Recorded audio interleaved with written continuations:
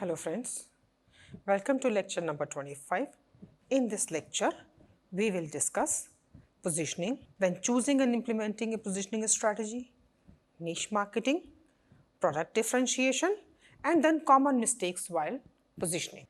So to start with the concept of positioning, what is the meaning of positioning? Positioning is a way in which the product is defined by a customer on important attributes, means characteristics. Whatever is the way in which a customer defines a product, that is called positioning, means the image which is there in the mind of the customer. In general, when we talk about position means a place which a product occupies in the mind of the customer, and it is in general the image which is existing in the market. So the place product occupies in consumer's mind relative to competitor's product. Okay. Now, why is it important? Why this positioning is important, you must be thinking. It is important because nowadays, because of information overload, the similar kind of information is being provided by different companies continuously to the customers. So customers become confused. So in that condition, if there is a place which a product occupies on the basis of certain characteristics in the mind of the customer, so as soon as the customer thinks about that particular requirement, there is something which clicks in his mind and he says, oh yeah, this is that product which actually can cater to this requirement. So that's how this evaluation and re-evaluation and wastage of time and then consumption of energy and other things on part of customer goes off. Product signifies itself with a certain kind of utility in the mind of customer. The moment that kind of need arises, the customer knows this kind of a need can be fulfilled by this product, and that's what positioning is all about. Okay. Now, to give you a small activity on this, I suggest you that after listening to what I am telling you, you pause this video for 2 minutes and do that activity. All of you are students. You have been using pens to write since last, I am very sure, at least 5 to 10 years. So in that condition, and you have been using ball pen, gel pen, sketch pen, fountain pen, different kind of pens.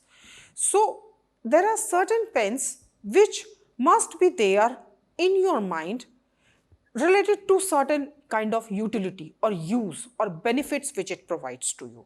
So when you are going for examination and you are looking for a pen which can give you a speed to write a lot, then which is that pen which comes in your mind? That is one attribute, speed of writing. Another attribute is which pen is there which comes in your mind when you think about writing too much, not speed, but which can keep on continuing with just one refill for, let's say, 3 exams, 4 exams without changing the refill. Another attribute, that how long can you write using that same refill. Now, another thing is, let's say you need to go to a place where rain frequently happens or chances of spilling of water is high. So you need a pen which can give you an ink which is waterproof. So 2-3 attributes I have told you. First is speed, smoothness in writing. Then next is longevity of the refill, where you can write for a longer duration of time. The next is waterproofing. What is coming in your mind? Just pause this here for 2 minutes and think about it. Okay, I'm sure you have given it a good thought, and on the basis of your studious nature and usage of pens, there must be certain brands which have clicked your mind in the last few minutes. So few of the examples I am giving you. When you talk about a pen which is a smooth in writing during examination, one of the brand I am saying, I am not suggesting, I am just giving you an example, Butterflow. Okay, I have seen that the students who want continuous writing, they use Butterflow. Why? Because it is very smooth. So they say that it does not pose a hindrance while writing. Next is when we talk about a pen which can write for a longer duration. With a similar refill, maybe for 4 days or 5 days, you can keep on writing. Then write-o-meter. Write-o-meter tells you what is that, length, maybe, 100 meter, 200 meter, 500 meter, which is left in that refill, which you can keep on writing without changing the refill. That is why write-o-meter. So, write-o-meter gives you a good idea about it. Next is when you talk about waterproof ink. Uniball produces couple of pens which have waterproof ink. So that way you see everywhere it is pen. What basic utility core of the product is the same. What is that? Writing. But when you look at certain characteristics, then yes, there are certain characteristics in those products which make them unique. Smooth writing, waterproof ink, or maybe for a longer duration of time using the same refill. So that's what is about the position.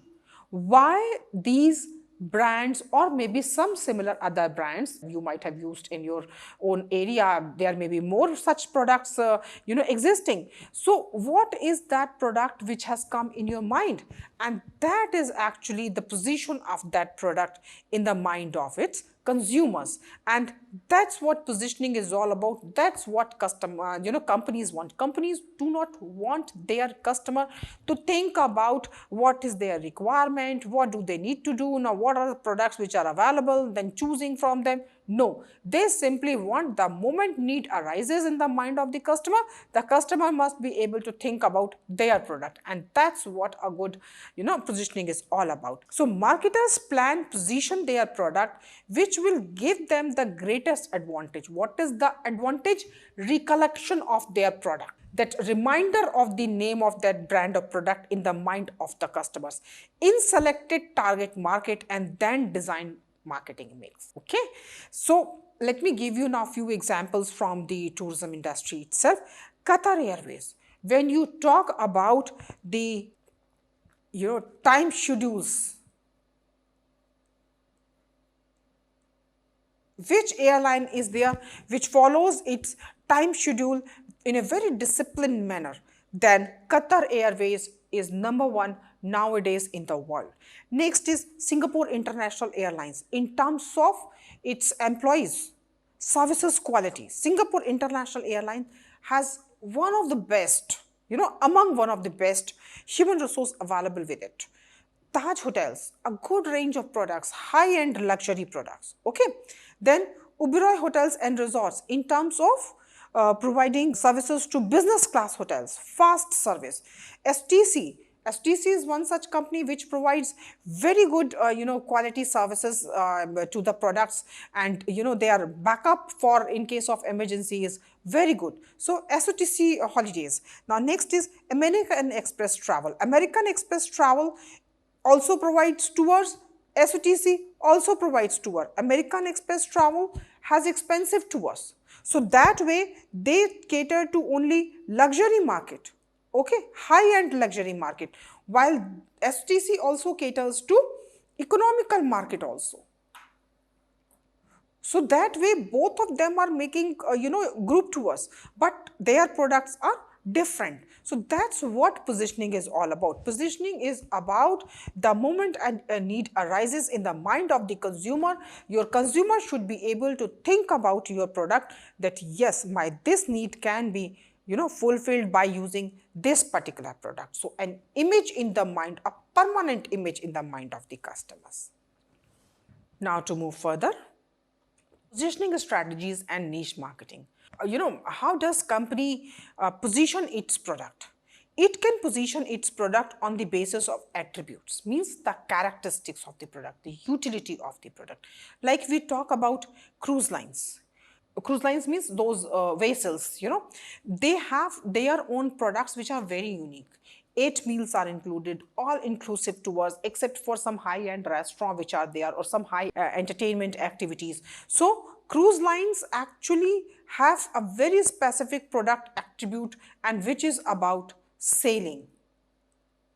Okay, so when a customer a tourist wants a product which is on sailing for a duration, not just 1 hour or 2 hour, weekend sail kind of a thing, or maybe just evening sailing. No, not 1 hour or 2 hour, for a longer duration, then cruise line products come in the mind. Or aircrafts, big aircrafts, smaller aircrafts, paper crafts which are maybe just 4-seater or 5-seater, or helicopters. All of these provide transportation services by air, but these products are very different. So that's what this is talking about, that aircrafts are actually on the basis of seats, on the basis of food, on the basis of how many flying hours non-stop. Aircrafts attribute, or maybe airlines position themselves on the basis of the attributes of the product. Now next is high-end leisure tours. High-end leisure tours on the basis of 5-star category, private transportation, good menu in case of meals, very experienced tour operators, very experienced tour managers. These all are the attributes of the high-end tours which position these products very uniquely. Okay. Now next is against the other product class, means a product which is already existing and now there is a product which is placing itself against that existing product. Okay. So cruise against full paid packages. Full paid packages means full board packages. So when we talk about all inclusive packages, they include all the meals, all the services which are part of that packages already in the price of the product, and the similar kind of product are being provided by the cruise lines also. In case cruise lines also, all the facilities which are available on the cruise, except for those are not very high-end facilities, certain exceptions are there, but most of the facilities are already included. So cruise lines actually place themselves against all inclusive packages, and all inclusive packages place themselves against these cruise lines. Now next is conference centers. Conference centers try to attract business class tourists, those business class tourists who go for meetings, conventions, conferences, seminars, symposiums, and these conference centers, they place themselves against the conference facilities which are available in the hotels. So they say that you go and stay in a hotel and then you do organize a conference services. Similarly, we are conference centers, we also provide similar services, but since we are catering only to conference and conventions, so in that condition the quality of services which are available with us are obviously much better than the facilities provided by the hotels. And hotels say that those your services may be better, but we cater to other needs of the guest also, not just conference and convention. We provide entertainments also, we provide a family time also. So that's how these two similar kind of products place themselves against each other. So another way to give position to the product is by putting your product against another class of the product. Now third is niche marketing. Sometimes what happens when two or more firms pursue the same position, okay, they try to get or grab the same position in the mind of the customer. Each must seek further differentiation. Differentiation means the product may be similar but cannot be the same. Similar means on certain attributes they have commonality, but then there is something in that product which makes that product unique in itself, and that's what differentiation is all about. So when actually there are firms which are trying to pursue the same position, then they should go for some kind of differentiation for being competitive and to get a competitive advantage. So though they have similarity, but as well as at the same time they are highly competitive also, they are better also, or maybe different also in terms of certain attributes of the product, and that is called sub-positioning. So this sub-positioning means certain position to be the same, but with certain different elements also, certain differentiation also, and this is called niche marketing. Like I gave you example of cruise lines. Cruise lines were on the basis of certain product attributes, but when we talk about in Varanasi, Antara Ganga Vilas cruise, Ganga Vilas cruise was the longest ever cruise which sailed on any river in the world. It was more than 51 days sail which actually was done through this cruise, and it had 18 only luxury suites, no ordinary, cabin or any such thing, standard cabin or updated cabin kind of, only high-end suites, only 18, more than 51 days sale, and it started from Varanasi and sailed up to Dibrugarh, crossing Dhaka also, so in 2 countries on different river systems in fact, and then ending in Dibrugarh, Assam in India itself. So that's how it was also a cruise line, but it was unique in terms of different countries, crossing different river systems, in terms of number of days, that is the sail duration, and then by providing only suites, only 18 suites, high-end luxury. So it was niche product. It was a highly niche product. Okay, it happened only once. Let's hope it comes back again. And then it was completely sold out at a very early phase of launching of the product itself. Why? It was niche. So that's what niche marketing is all about. You come up with a product, but then with such a differentiation that your product becomes unique. So maybe even if we talk about the longest duration 3-month sea cruises, still we can say it was an river cruise. And it was not a very big vessel. It was only with 18 suites. So in that condition, the type of personalized services which were provided on sale were very different. So this is what it is all about, a differentiation. Now another example in the cruise line, cruises itself, 1-day cruise, just 1 day, not a longer duration. So those people who have never gone on sale, maybe on experimental basis, they would prefer to, or somebody wants to celebrate anniversary, birthday, selection of one of their child. So all those things wherein just 1-day celebration is required, 1-day cruise is a very good option. Now next is high sea cruises. High sea cruises don't dock anywhere, they don't anchor anywhere. They are continuously on sale, and even if they stop at certain place, they do not anchor at any of the dockyard. They simply remain in the sea itself. So high sea cruises, another kind of experience, or 3-month sailing cruises. So in the cruise line, which actually this entire sector is actually on the basis of product attributes.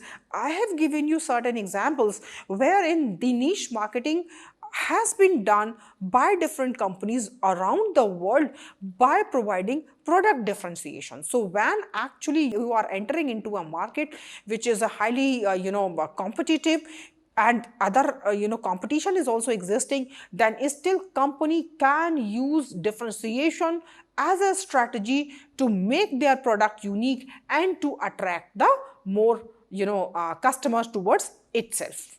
Next topic which we are going to discuss is choosing and implementing a positioning strategy. So choosing a positioning strategy and its implementation is actually a 3-step process.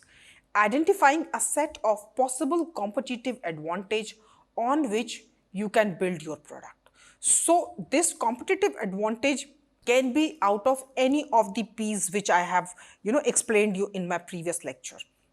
It can be your online presence. So maybe you have a very good online presence, but your products are common. It can be one of the product which is very unique in the market.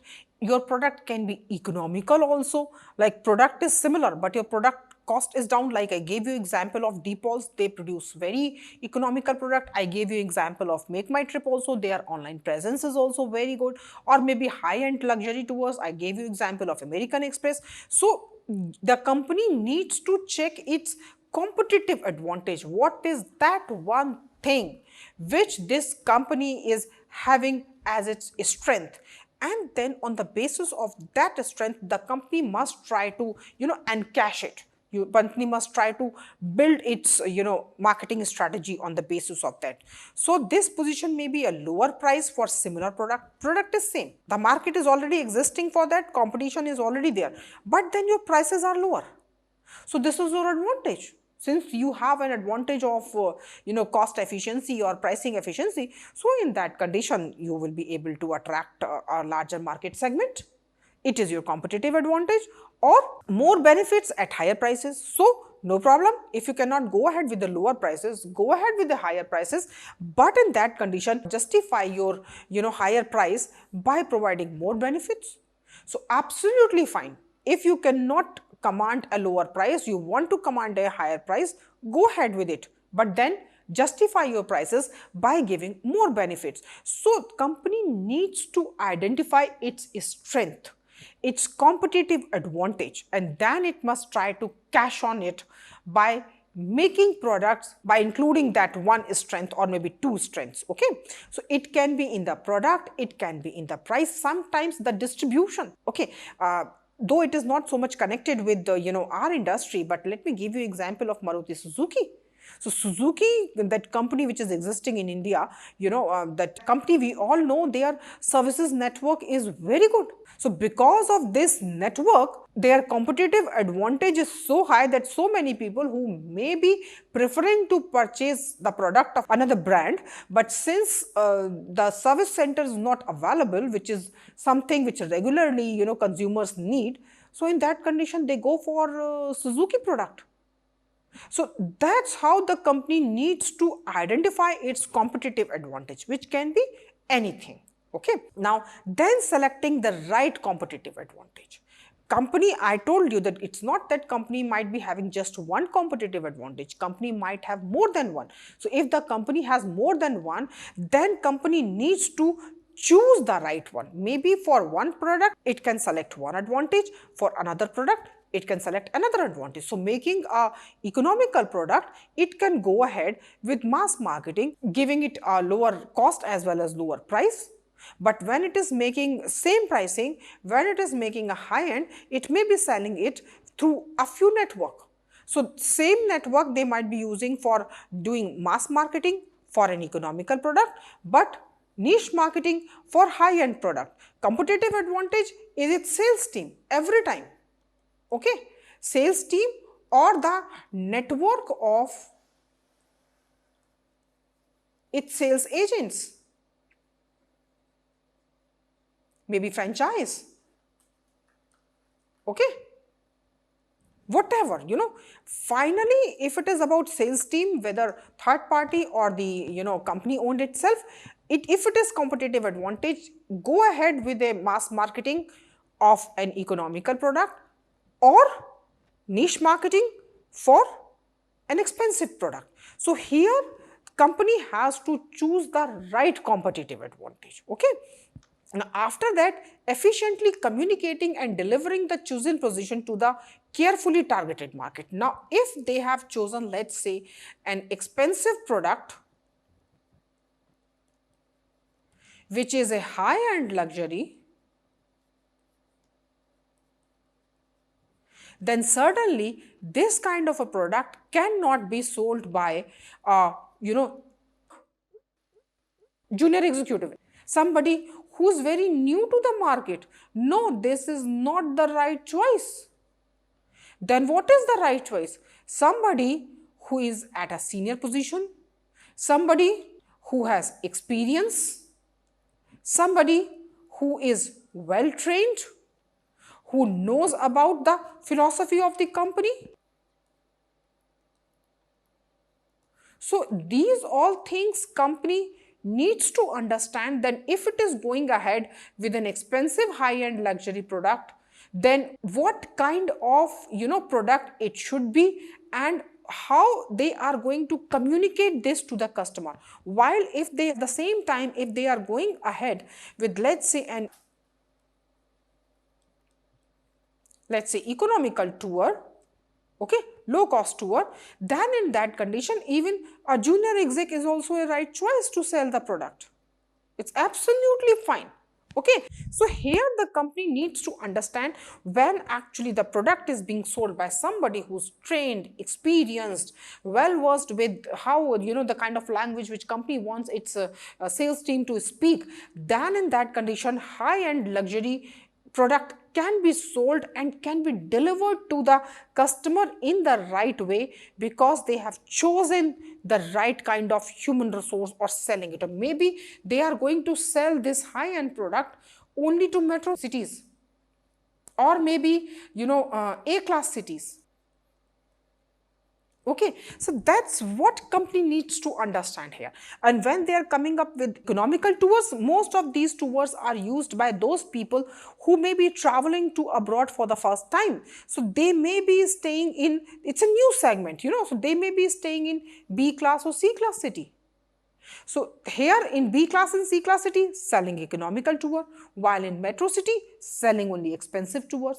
So who will sell, what kind of resources to be used for making that product means airline, your tour manager, your sales team, your hotels, transportation, or which destinations to visit, which sites to visit. So all these things has to be such wherein this expensive product can justify its price, okay, from in terms of each and every component, each and every touch point where the customer will come.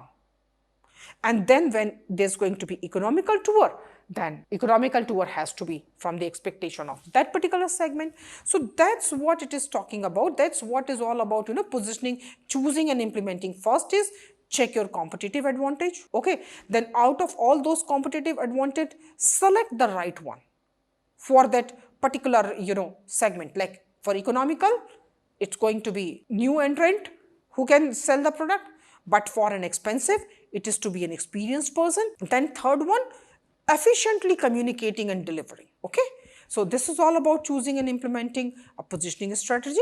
So let me give you in a very common example, which happened around the world in case of positioning.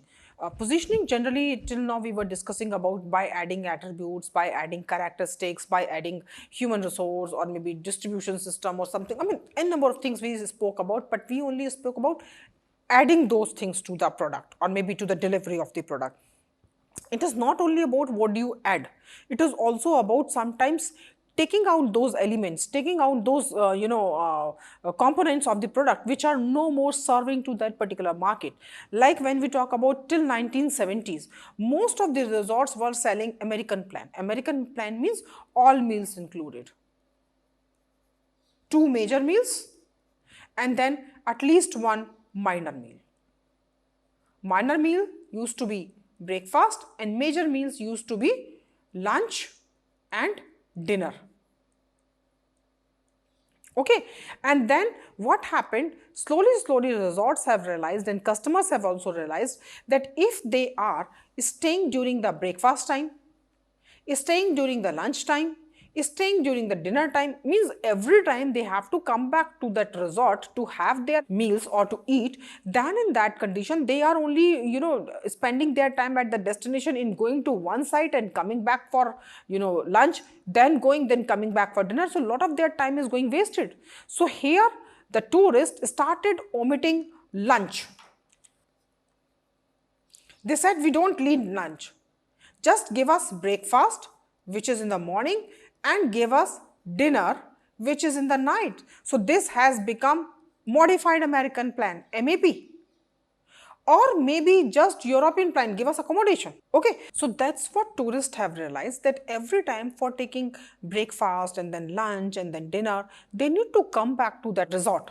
So they are going to the site, coming back for lunch, going to another site, coming back for dinner. So a lot of their time was getting wasted only in this, commuting between these two places. So then they started omitting their lunch. They said, we do not need lunch. Okay, just provide us breakfast and dinner on MAP basis, or then another type of accommodation, that is, European plan. So what did they say? They simply said that don't provide us this all meal kind of a thing. It is not about arranging a meal for us. We have come to the destination for roaming around in the destination and not just to eat and sit in the resort. So then after 1970s, resorts started selling them on MAP or EP basis and not on American plan basis. So it is also, unbundle something which was a part of a bundle, take that out from that bundle. So unbundling is also one of the way in which companies actually position themselves. It's not just about adding to that product, it is also about taking those elements of the product out of the product so that the product becomes more meaningful to the customer. Now next is product differentiation. We discussed about product differentiation in case of niche marketing, also in case of, even if you want to enter into the market, how to make yourself different. In fact, while I gave you that a small activity of finding out different kind of pens, in that also product differentiation, product was the same pen, but then differentiation was there. So here product differentiation, how can a company do product differentiation? A company can do product differentiation on the basis of the physical attribute of the product. When we talk about airlines, the type of aircraft which they use, that make them very different from other airlines. You talk about heritage hotels, the type of look which is there in heritage hotel, their facade, their interiors, everything will give you a very antique kind of a look, a very older times kind of a look. So that's how heritage hotels are largely placing themselves, by taking you to that time, that heritage, by making you experience the heritage which existed. So physical attribute. Okay, next is service differentiation. When we talk about service differentiation, especially I'll give you example of Oberoi hotels, which in case of business hotels, they provide you in-room check-in. You don't have to come to the hotel and then wait at the reception for check-in process and then go to the room, or maybe through app. Marriott can give you check-in on the app itself. Oberoi gives you in the room itself. So that's how they are saving the time of the guest, because both of these hotels largely serve to the business class. And business class people are at work. They are not at luxury at the destination. They are at work at the destination also. So that's how service differentiation makes the difference. Fast service. Okay. Or you talk about in case of luxury hotels, family hotels. In case of family and luxury hotel, they do not provide you check-in in the room itself. They do not provide you check-in on the app. No. When you enter into the hotel and go at the reception in the lobby, you will find that there's going to be a lavish welcome, your tikka, garland, and then giving you some kind of wristband and offering you a welcome drink, and then some kind of song or welcome activity will also be done over there, and then proper check-in process, and at a slow pace, everything in a very welcoming, personalized, and a very luxury kind of a feel, some god or king kind of a feeling which these luxury hotels will provide you. These hotels may be 4-star or 5-star, but when we talk about business hotels, these hotels are also 5-star or 5-star. They similar category hotel, 4 or 5-star here, 4 or 5-star there, but then the difference is there is one guest who is on his business. So he is not looking for a very slow pace kind of process. He is looking for a service which is at a speed, so that he can finish it off as soon as possible and go for his business. But when we talk about luxury hotels, no, people are at ease, at more comfortable, at ease. So they look for luxury. So here a slow pace, more personalized, making you feel very important. So that's how service differentiation makes a difference in the similar kind of product. Next is personnel differentiation. Personnel differentiation means through employees. We are into service industry, and services are the result of interaction between consumer and the service provider. So obviously personnel differentiation will make the biggest difference. Okay, so when we talk about Singapore International Airlines, Singapore International Airlines has a very strict hiring process, and after that hiring, they sent their new recruit for a long duration, maybe up to 6 months training. And after that training, that personnel has to again go ahead with one examination. If that new recruit can clear that examination, only then this recruit goes for real life business. Otherwise this recruit will be sent back for the again similar duration training. So that's how their employees are highly service oriented. very efficient, very professional, very thorough in what they have to do, how they have to do, when they have to do, everything. So there, Singapore International Airlines might be using the same aircraft which has been used by other airlines, but their human resource, their employees make the difference in the experience of their travelers by providing them high-end service, and it is only their human resource which makes the difference in the experience of their travelers or tourists. Next is location differentiation. Location differentiation is very prominent in case of accommodation providers. Like you talk about hotels, lotels, whether the hotel has been located in the heart of the city, or the hotel has been located in the outskirts of the city, or in some institutional area, okay? Or these are examples where the location is making the difference. The hotel may be the similar kind, 1-star, 2-star, 3-star, 4-star, 5-star, or 5-star deluxe. But what is making a difference is the location of the hostel. Or another thing is accommodation along the Ganges River in Varanasi. If somebody is coming to Varanasi and is staying in, any of the accommodation, maybe normal hotel, budget hotel, luxury hotel, heritage hotel, or homestays along the bank of the Ganges, then certainly the kind of experience which this person is going to have will be entirely different. It will be very scenic, serene,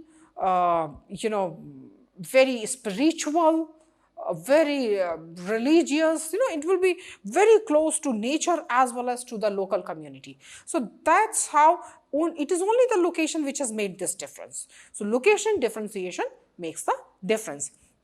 Next is image differentiation. What kind of image does that company want to be in the mind of its consumers or tourists? That will make the difference. So when we talk about image, means that positioning which I explained to you in that previous lecture. Image differentiation means, like when we take example of Kerala. Kerala was maybe some 15 years back famous for beaches. But then slowly its beaches became, dirty. So their tourism to Kerala was declining. And here the KTTDC, they changed their strategy and positioned their product differently by making a different image. And that different image is now a health tourism based destination. So Kerala has become now a health tourism based destination and lesser of a only about beaches. Okay, so as a result of which they were able to attract tourists again. Even those tourists who might have visited Kerala earlier to be on a beaching spree, now can plan to come back to Kerala for a health tourism resort. Okay, now similar thing was done by Goa, but Goa did it differently. Kerala concentrated on health tourism.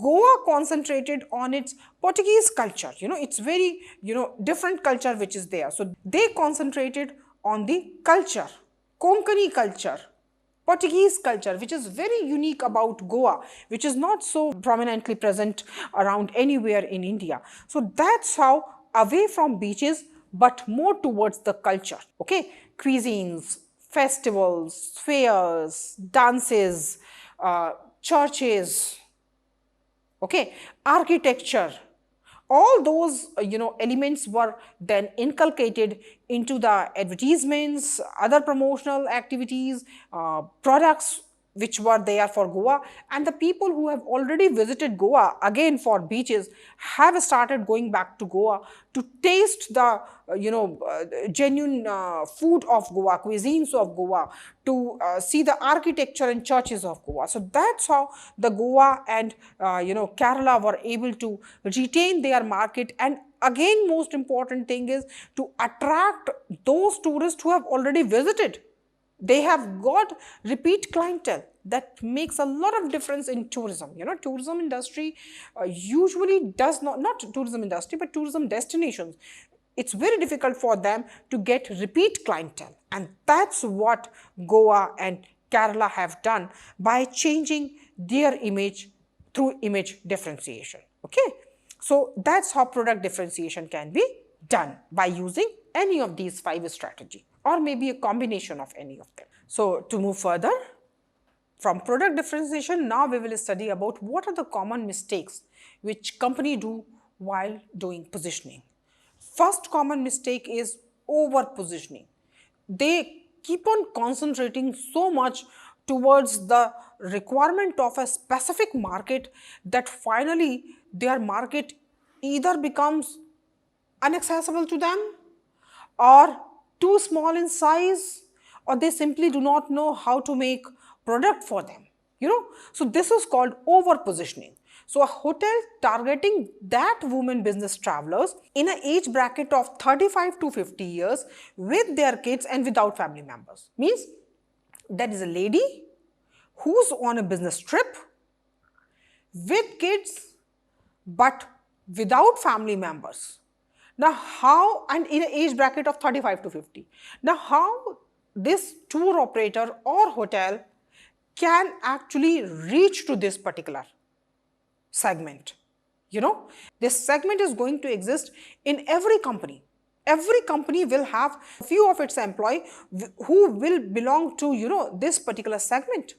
Now, how a hotel is planning to reach to this segment?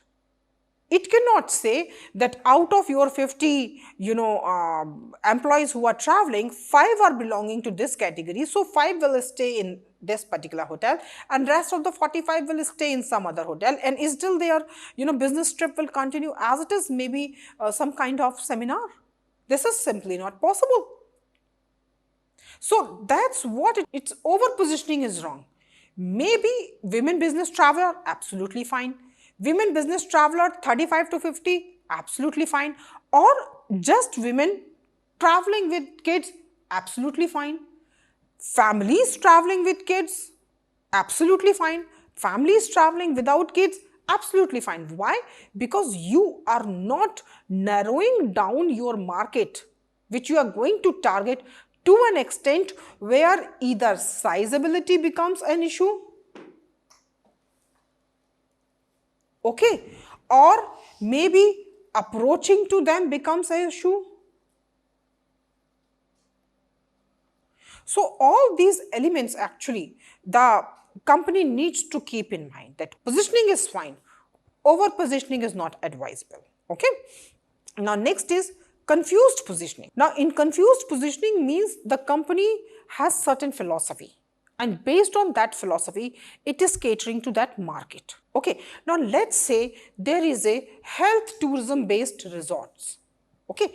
It's a chain of health tourism based resorts, and it is famous for its healthy lifestyle, healthy lifestyle of the people, of its guests who need to follow. I mean, it's good in that, it's a good position in that.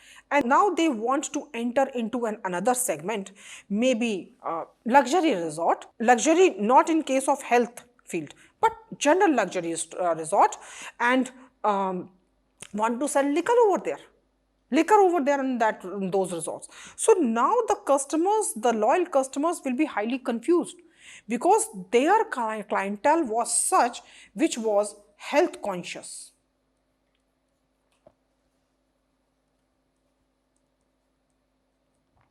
Now here from health conscious clientele or your maybe sales agents, you want to sell a product which is liquor based.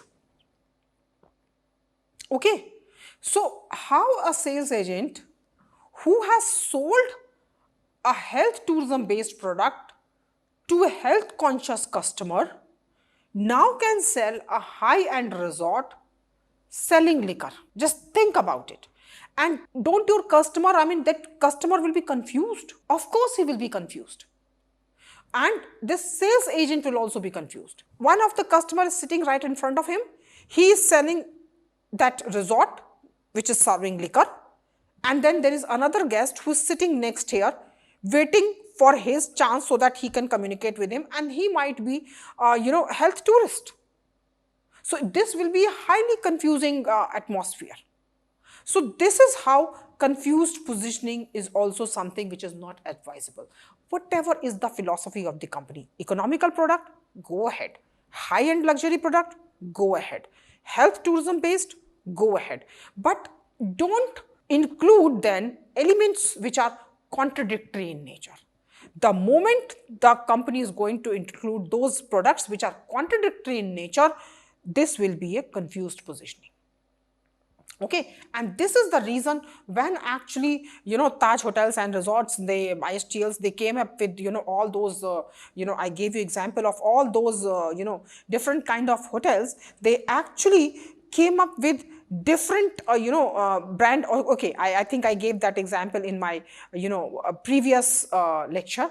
So they came up with Vivanta, Ginger, Taj Hotels and Resorts, and all those, in altogether very different product line, very different brands altogether.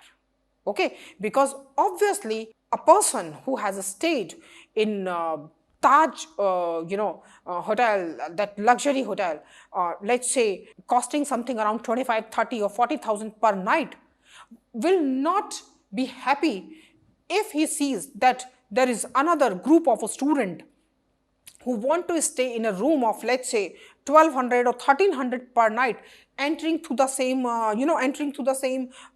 gate in the same hotel.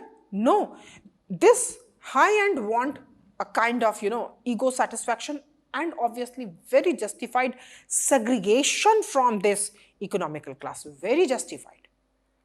And similarly, this is altogether a different separate market.